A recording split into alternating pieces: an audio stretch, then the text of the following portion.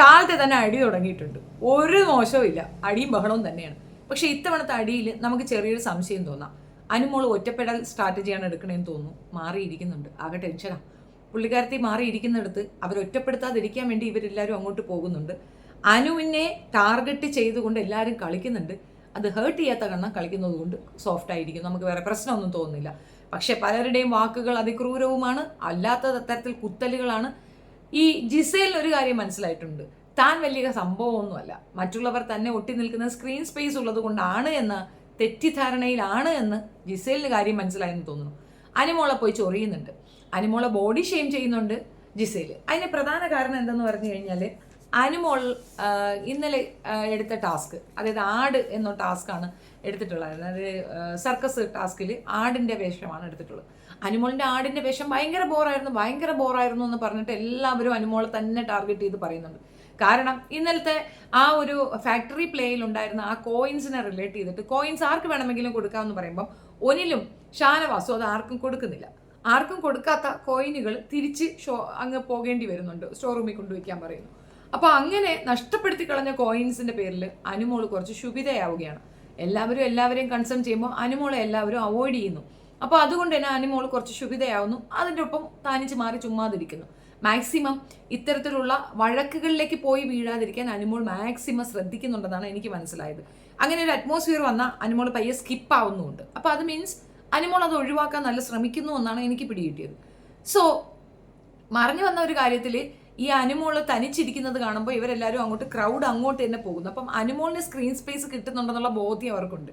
രണ പറയുന്നത് ഭയങ്കര അറഗൻ്റായിട്ടാണ്, അനുമോള് സ്ക്രീൻ സ്പേസിന് വേണ്ടിയില്ലേ നീ അവിടെ പോയി ഇരിക്കുന്നതെന്ന് പറഞ്ഞിട്ട് അനുമോളെ ശല്യം ചെയ്യുന്നുണ്ട്. ഇതെല്ലാം പോട്ടെ, അനുമോൾ പറഞ്ഞൊരു കാര്യം റെലവൻ്റ് അല്ലേ? ആർക്കെങ്കിലും ഉപകരിക്കാവുന്ന ആ ഒരു കോയിൻ നിങ്ങൾ എന്തിനാണ് ആർക്കും ഉപകരിക്കാതെ കൊണ്ടുവച്ചതെന്ന് പറയുമ്പം ഒനിൽ കോൺസ്റ്റൻ്റ്ലി അവളെ തന്നെ പറയുകയാണ്, ആട് ഭയങ്കര ബോറിംഗ് ആയിരുന്നു, കൊള്ളത്തില്ലായിരുന്നു. അക്ബറും ചൊറിയുന്നുണ്ട്, എല്ലാവരും ആട് പെർഫോം ചെയ്ത് കൊള്ളില്ല. സത്യം പറയാലോ, ഇന്നലത്തെ പെർഫോമൻസിൽ ആടിൻ്റെ പെർഫോമൻസ് ആയിരുന്നു ഹിലേറിയസും ഏറ്റവും നല്ലതും കാണാൻ രസം ഉണ്ടായിരുന്നതും അനുവിൻ്റെത് തന്നെയാണ്.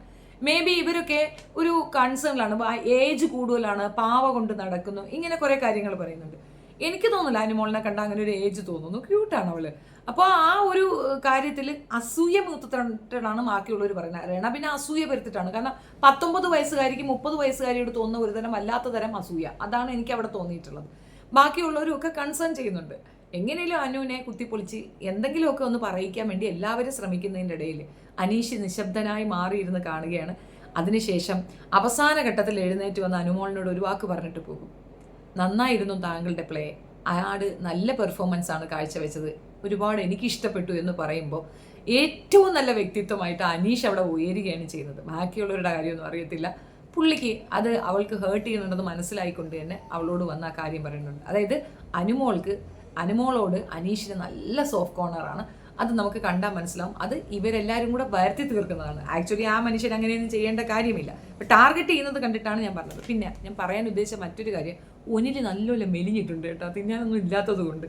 ഈ ആകെ മെലിഞ്ഞുണെങ്കിൽ ആന മെലിഞ്ഞ കണക്കൊരു ഫീലിംഗ് ആണ് എനിക്ക് അവനെ കാണുമ്പോൾ. ജിസേലിൻ്റെ അടുത്ത് ഇന്നലെയുള്ള ടാസ്കിനകത്ത് അവൾ സിംഹിണിയായിട്ടാണ് വരുന്നത്. അപ്പോൾ സിംഹിണിയായിട്ട് വരുമ്പോൾ അതങ്ങ് അഭിനയിച്ചാൽ പോരെ. അപ്പോഴും ആട്ടുംകുട്ടിയെ തിന്നണമെന്നുള്ള അവളുടെ ആ ഇതുകൊണ്ടായിരിക്കാം അനു തിരിച്ച് അവളെ വവ്വാലെന്ന് കളിയാക്കുന്നുണ്ട്. അപ്പോൾ അതിനെ റിലേറ്റ് ചെയ്തിട്ട് ബോഡി ഷെയ്മിങ് പിന്നെ നടക്കുകയാണ്. അപ്പോൾ ജിസേലിന് സ്വന്തം ശരീരത്തിൻ്റെ ഒരു ഇതിനെപ്പറ്റി ഒരു ഭയങ്കര സംഭവമായിട്ട് തോന്നുന്നുണ്ട്. ആൻഡ് അവളുടെ ഹൈറ്റിനെ കുറിച്ചല്ല അവൾ പറയുന്നത്, പകരം എൻ്റെ ബോഡിക്ക് സ്ട്രക്ചർ ഉള്ളത് ഞാൻ അത്രയും എഫർട്ട് എടുത്തിട്ടാണ്, ഞാൻ അത്രയും ചെയ്തിട്ടാണെന്ന്. തിരിച്ച് അനുമോൾ പറയുന്ന ഒരു കാര്യമുണ്ട്, അത് ശരിയാ.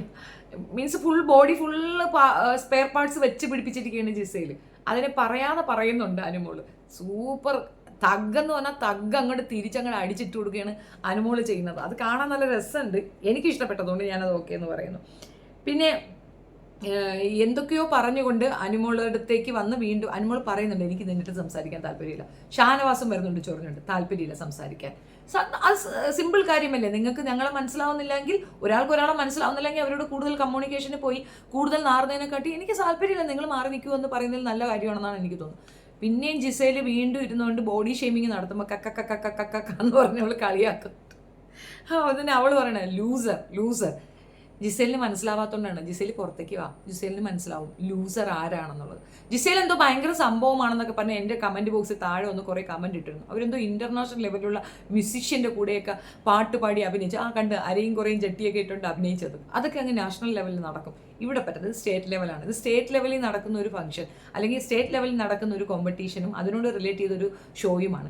ഈ ഷോയ്ക്കകത്ത് കാണുന്ന ഇവിടുത്തെ പ്രേക്ഷകരെ എൻ്റർടൈൻ ചെയ്യുന്ന ആൾക്കാരെ സക്സീഡ് ചെയ്യുള്ളൂ. അല്ലാതെ ജിസേൽ സക്സീഡ് ചെയ്യുമെന്ന് തോന്നുന്നുണ്ടെങ്കിൽ അത് ചിലപ്പോൾ മോഹൻലാൽ ഫേവർ ചെയ്യുന്നതായിരിക്കും. അല്ലാതെ ജിഷേലിനെ പോലൊരു ക്യാരക്ടറിനെ കപ്പെടുത്ത് കൊടുത്താൽ അതിൽ പരം ഒരു പരാജയം വേണ്ടയില്ല. പിന്നെ ഞാൻ പറഞ്ഞല്ലോ അഖിൽമാരായ വിഷയം, ഞാൻ ഏറ്റവും വെറുക്കുന്ന ഒരു മനുഷ്യനാണ്. എനിക്ക് അയാൾക്ക് കപ്പ് കൊടുത്തതിനോട് ഇപ്പോഴും യോജിപ്പില്ല. അത് നമ്മൾ പറയുകയും ചെയ്യും. ഈ കോയിൻസിഡൻസോ അല്ലെങ്കിൽ നമ്മളുടെ ഭാഗ്യക്കേടോ ഒക്കെ ആയിരിക്കും അങ്ങനെ ഒരുത്തിക്ക് കിട്ടുന്നത്. കപ്പ് കിട്ടുക എന്നുള്ളത് അത് അനുമോൾക്ക് കിട്ടണമെന്നുള്ളതാണ്. അനീഷോ അനുമോളോ കപ്പ് കൊണ്ടുപോകണം എന്നുള്ളതാണ് എൻ്റെ ഒരു ഭാഗം. പിന്നെ അനുമോളിനെ ടാർഗറ്റ് ചെയ്തിട്ട് റെന ഫാത്തിമ പറയുന്ന കുറേ കാര്യങ്ങളുണ്ട്. വയസ്സിനേറ്റ കുരുത്തക്കേടല്ല ആ പെണ്ണിനുള്ളത്. അത് നമുക്ക് കൂടുതലൊന്നും പറയണ്ട. എന്നാലും വല്ലാണ്ടിനെ തുടർന്ന് ആക്രമിക്കുന്നുണ്ട്. അതേപോലെ പിന്നീട് അനുമോള് മാറിയിരുന്ന് പറയുന്ന ഒരു കാര്യമുണ്ട്. ഈ സീസണിൽ എല്ലാ വാഴകളാണ്, തന്നെയും കൂടെ ഉൾപ്പെടുത്തിയല്ലേ പറയുന്ന എല്ലാ മരവാഴകളാണ്. അത് കൂടുതൽ സ്ക്രൂ ഇട്ട് നിവീൻ ഇട്ട് കൊടുക്കുകയാണ്. അങ്ങനെ പറ, ഇങ്ങനെ പറ, കൂടുതൽ പറ. ഈ പെങ്കൊച്ചിനെ അറിയത്തില്ല. Every one is using her. അവൾ എന്തെങ്കിലും പറയും. ബിഗ് ബോസിൽ ഞായറാഴ്ച ശനിയാഴ്ച ആകുമ്പോഴത്തേക്ക് ഇല്ല ഭ്രാന്ത് ഇങ്ങോട്ട് വരും. അതാണ് ശരിക്കും പറഞ്ഞാൽ മരവാഴ. ആ വാഴ ഇങ്ങോട്ട് വരും. വാഴ വന്നിട്ട് അനുമോളെ മാത്രം ടാർഗറ്റ് ചെയ്ത് 2 പറഞ്ഞിട്ട് അങ്ങ് പോകും. പക്ഷേ ഈ സിറ്റുവേഷൻ നന്നായി കവർ ചെയ്ത് ഓവർകം ചെയ്യുന്നുണ്ട്. ആരും വിചാരിച്ചിരിക്കുന്ന ആരും സേഫ് സോൺ ആണെന്ന്. Yes, you are safe in house.